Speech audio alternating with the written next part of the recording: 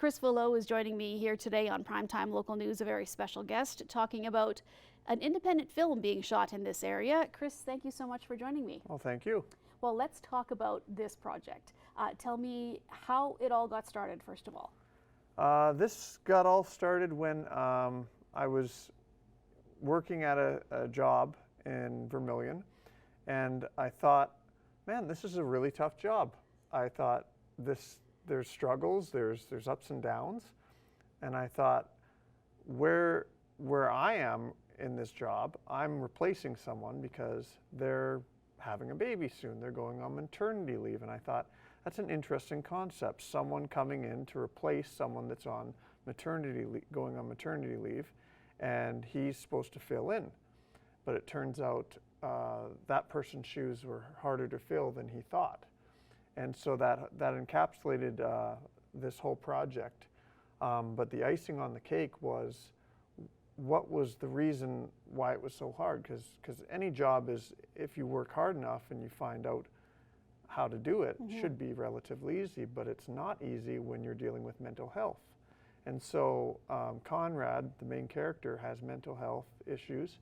He struggles with anxiety and depression, and he's not able to concentrate. He's on medication. He's on 3 different medications that aren't helping him focus and aren't helping him at his job.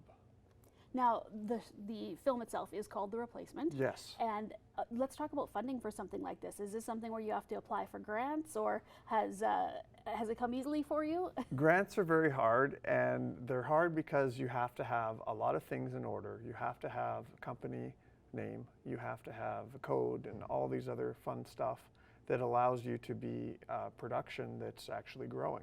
Whereas I'm still trying to grow and still at the beginning stages of my production. So I do have a production name, but I'm not able to apply for these grants. So what I've done is I've gotten together with a couple of people that are passionate about this, that want to do this, and they've helped me produce it. And they've come alongside and thrown in money, probably in some cases more than I have, because I've spent everything I could at the moment, and that includes the props, the food for the actors and crew members, and all that.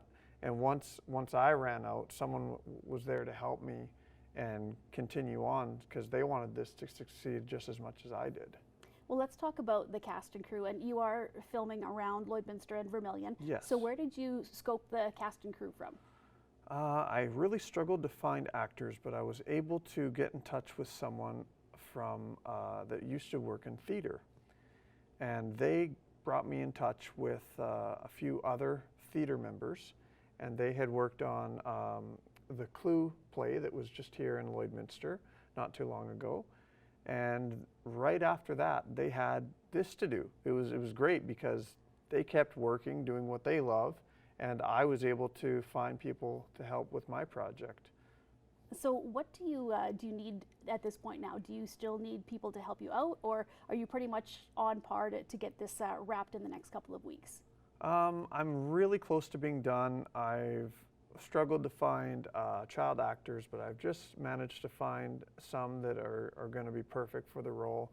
And we've really only got 6 major scenes left, and the rest are just little B-rolls, things to fill in, little shots of the window or maybe a door, stuff like that. So what is the ultimate goal then when this is wrapped, Chris? Do you take it just to film festivals, and are you hoping for bigger things with it, or what's the ultimate plan? The plan is to have a screening either in Lloydminster or Vermilion, and to every ticket that is bought, money goes to mental health.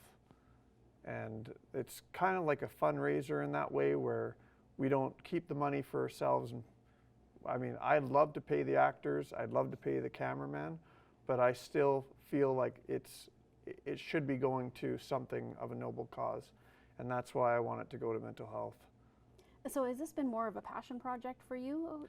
It is, because I feel that I've lived through this character I've portrayed on the screen, Conrad. I feel like I've lived his story, and I consider this part of my legacy to film this.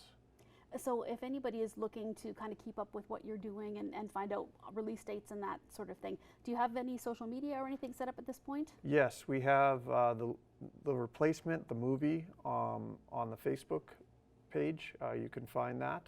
And when you go to the Facebook page, the replacement, the movie, you can see updates and behind the scenes and all sorts of stuff. All right, Chris, well, it's been a pleasure speaking with you today. Thank you so much for joining me. Thank you.